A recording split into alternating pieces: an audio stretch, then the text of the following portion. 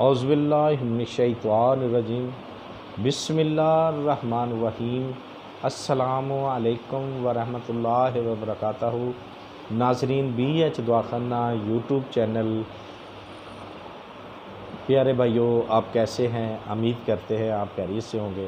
اللہ تبارک تعالیٰ آپ کو تندرست رکھے اور 5 وقت کا سچا اور پکا نمازی بنائے، آمین ثم آمین یا رب العالمین۔ تو ناظرین، آج کا ہمارا ہاتھ رسی سے جو نقصانات ہوتے ہیں، قلب کے بعد دماغ کا ہے، دماغ کے کیا نقصانات ہوتے ہیں۔ آئیں، اگر آپ نے ہمارے چینل کو سبسکرائب لائک کر لیا ہے تو ہم آپ کو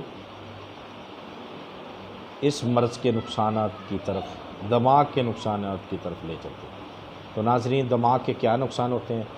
جلد سے یعنی ہاتھ رسی سے دماغ کو بہت جلد نقصان پہنچتا ہے، کیونکہ جو اعصابی پٹھے دماغ سے نکلتے ہیں وہ ذکی الحس ہونے کی وجہ سے بہت جلد کمزور ہو جاتے ہیں، بہت جلد کمزور ہو جاتے ہیں، اور پھر یہاں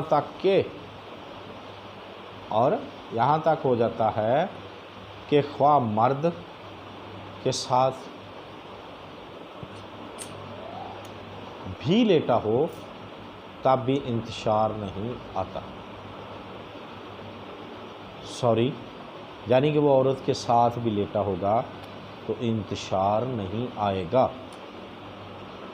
اس کے علاوہ سر درد رہے گا، یعنی اس کو سر درد رہے گا، ذرا سا چلنے یا بیٹھے بیٹھے کھڑے ہونے سے آنکھوں کے آگے اندھیرا چھا جائے گا، طرح طرح کے برے خیالات پیدا ہونے لگیں گے، اور سب سے بڑی علامت کیا ہوگی کہ بوقت انزال مرد کو لذت بہت کم آنے لگے گی، اس لیے وہ ابتداد لذت کی دعا لے کر بھی کمزور رہے گا، کیونکہ وہ گر ہی اتنا چکا ہے، وہ اپنے آپ کو اتنا برباد کر چکا ہے کہ اب اس کا دماغ جو ہے وہ کسی چیز پہ آمادہ ہی نہیں، اس کا یقین کہیں بھی نہیں ٹھہرے گا، کیونکہ اپنی بربادی ہی اتنی کر رکھی ہے۔